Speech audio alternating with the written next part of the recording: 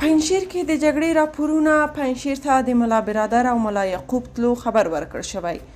له شمالي ولایت پنجشیر څخه د وروستۍ اونۍ په دوام یو ځل بیا د طالبانو او پنجشیر مقاومت ډلې ترمنځ د جګړې ضد او نقیص راپورونه ورکړل شوي.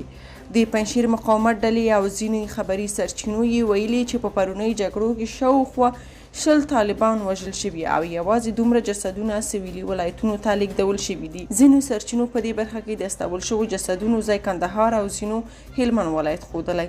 طالبانو یو مخ په پنجشیر کې د خپلو مخالفینو جنګیالیو موجودیت او همهغلته د جګړو او سیمو د سقوط ادعاوې رد کړي، خو د احمد مسعود په مشرۍ د پنجشیر د طالبانو ضد مقاومت وسلوالې ډلې په دې اړه خپلو ادعاو ته دوام ورکړی.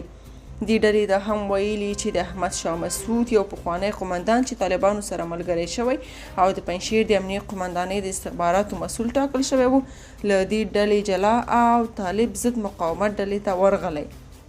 په ورته وخت کې ځینو رسنۍ پنجشیر ته د طالبانو د رئیس الوزرا لومړي مرستیال مولا عبدالغني برادر اخون او د طالبانو د دفاع وزیر ملا یعقوب مجاهد ګډ سفر خبر ورکړی. ویل شوي چې دغه دوه طالب مشران د خپلو جنګیالیو د مورال ارزولو او لوړوالي په هدف ورغلي دي.